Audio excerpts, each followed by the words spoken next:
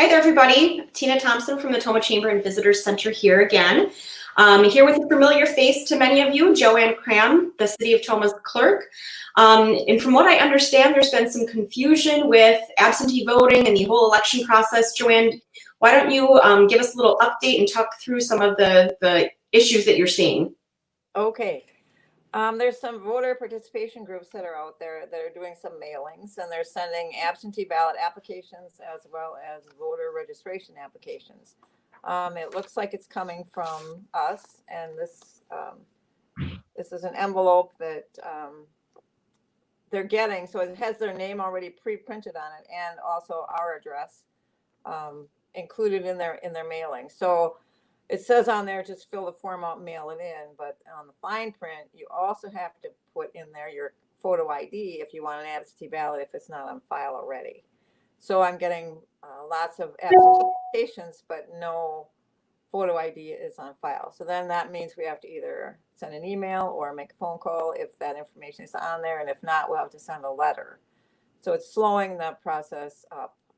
We currently have over 500 absentee applications on file for this August election, and they're coming in daily. So rather than have the voter think they're good to go, I just wanted to let them know that they do need to have a photo ID on file. And if they have it on file once, we click a little box when we enter it in the database, and then it's good forever. So you don't ever have to do it again, but you do have to do it that one time.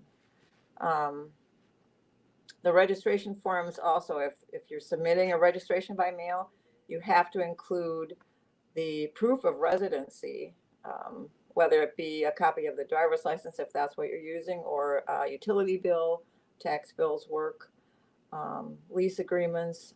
It has to be a document that shows where you live, and that has to be also included in that application. And I'm getting a lot of those without the supporting documentation also. So we are open. Our offices are open. If you want to come in, you're more than welcome to come in and do that. It's just there's a lot of extra work being created because we're not getting all of the information that we need. Ballots will be going out this week. They just came yesterday, and anything that's on file we'll have out by Friday.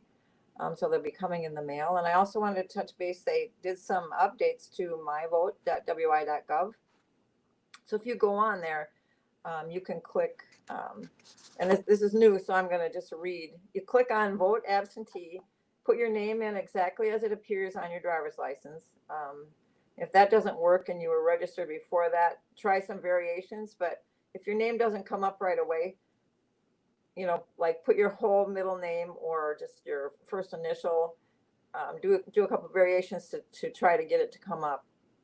If there's a space somewhere, you need to use the space. It has to appear exactly as you have it in the registration.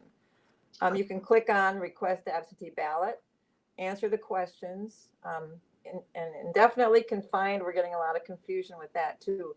That's due to age, illness, infirmity, or disability. And that's a special category that we automatically send ballots forever to those individuals as long as they return the ballots. But you have to meet the criteria to qualify for that. Oh, interesting. Okay. Yeah. So, but this new update in My Vote, it has a barcode now, a U.S. Postal Service barcode on the label. So when the post office scans it through saying that it's been mailed, you can look on there and it'll update it. So it'll tell you that it's been processed and that it's in the mail. It'll tell you your expected delivery date. Once you send it back, it will tell you that the clerk received it. And if it's good, you know, all the signatures. The thing with absentee ballots, you have to have the voter has to sign, and then you have to have a witness sign, and the address of the witness has to be on there, or we cannot process it on election day. So if they come back without those things on, then there again, we're making a phone call or sending a letter. We don't have phone numbers for everybody. So, and then it's another 5 to 7 days in the Postal Service trying to get the letter back and forth. So it's a process. So, but it will tell you if everything is good, then the first notice will indicate that your request was submitted, and it will tell you the date that it was submitted. If everything is good, the clerk approves it, and then your next notice will say the request was approved and the date that it was approved. The next step indicates that the clerk is preparing your ballot and the date that it's being done, and it should be within 24 hours of the date that we get it. It will also indicate the anticipated date of delivery, and once you mail it back, the last notice will advise you that your ballot was received by the clerk and the date that it was received. So if you fail to complete the outer envelope and we get it back, we'll check on there, return to be rejected, and it will flag it on there so that you know something needs to be done in order to make it correct. So we'll either be giving you a call or you can call us. But this update to the My Vote is really going to be beneficial to the voters in the whole process going forward. Yeah, that's how we voted last time, and that was the first time we'd done that. But we were able to tell that our ballots got in. It was pretty slick and easy. As far as witnesses, I'm assuming that can be, your spouse or someone living in your home. Do they have to be over 18, or are there any rules there as far as who your witness is? Right, they have to be 18 and a U.S. citizen. So, and it can be a spouse, it can be someone else that's a neighbor. I know some of the elderly people during the COVID-19 didn't want to leave their home, so they were kind of putting that out in a little box on the sidewalk and on the steps, and then a neighbor could come over and sign it, and then they could take it in. Okay. Yeah. And we've been getting a lot of duplicate requests for absentee ballots. So they get this letter from these voter participation groups and they send it in again. So if once we have it on file and you've clicked check that box for all of the elections for the year, you should be good to go. So if you think you did it, just go on that My Vote and double check and then just make sure. Okay. We have 2 ballots for this election. This is a partisan primary election. It's been this way since the early 1900s. So you have to pick your party and vote only within that party. And with the optical scan ballots, all of the parties are on one ballot. So it's not like the old fashioned where you have one for Republican, one for Democrat, one for each party. They're all on one, and it'll tell you select a party and then vote within that party.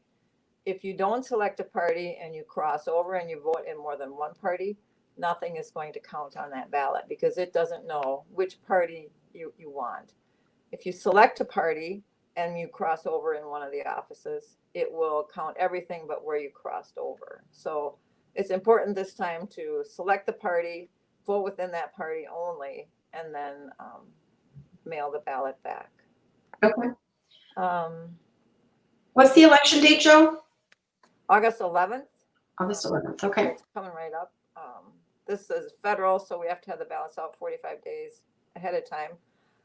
We have a double-sided ballot this time. It's got, see all the officers.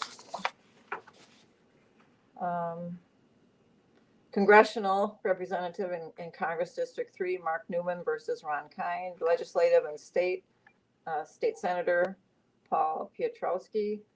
Representative to the Assembly, District 70, John Ivor Baldus, and then District Attorney, and then the county races, County Clerk, County Treasurer, and Register of Deeds. Okay. So that was the Democratic, and then the Republican have, their own separate list of, there are races in the Republican District 3. Derek Van Orden is running against Jesse Eben, and Patrick Teston, Nancy Vandermeer, Kevin Croninger, Shelley Bull are uncontested races. And then the treasurer, Mindy Hemmersbach, is running against incumbent Debbie Carney. And Register of Deeds, Beth Forb, is running against Deb Brandt. Okay. So the backside of the ballot is the Constitution Party. But there again, it will tell you to stop at the end of each section, and then you can only vote in one section. If someone's wanting to vote absentee for the first time, what is the latest date that they can request an absentee ballot? They're requesting it by mail. It's the Thursday before the election, which would be August 7th.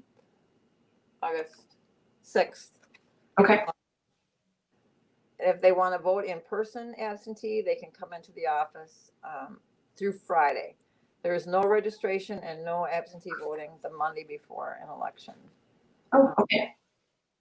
I think at this point, unless things turn around, we're going to try to do everything in the fire station right next to City Hall for this one.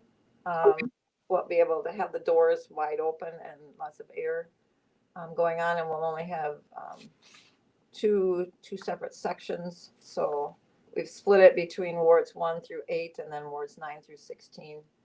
And then we'll do it that way so that people kind of spread out throughout the room. Okay. I know there's a lot of positive feedback on how you handled the last election, so I'm sure we're in good hands for this one too. Yep, I think November we'll probably be back at the rec park buildings. Okay. How are you doing for volunteers? Well, I haven't called yet to see, but I'm thinking we'll probably be using some of the same people that we had the last time. I guess it just depends on, I'll probably call within the next 3 weeks and get the people scheduled. So we'll see how it goes.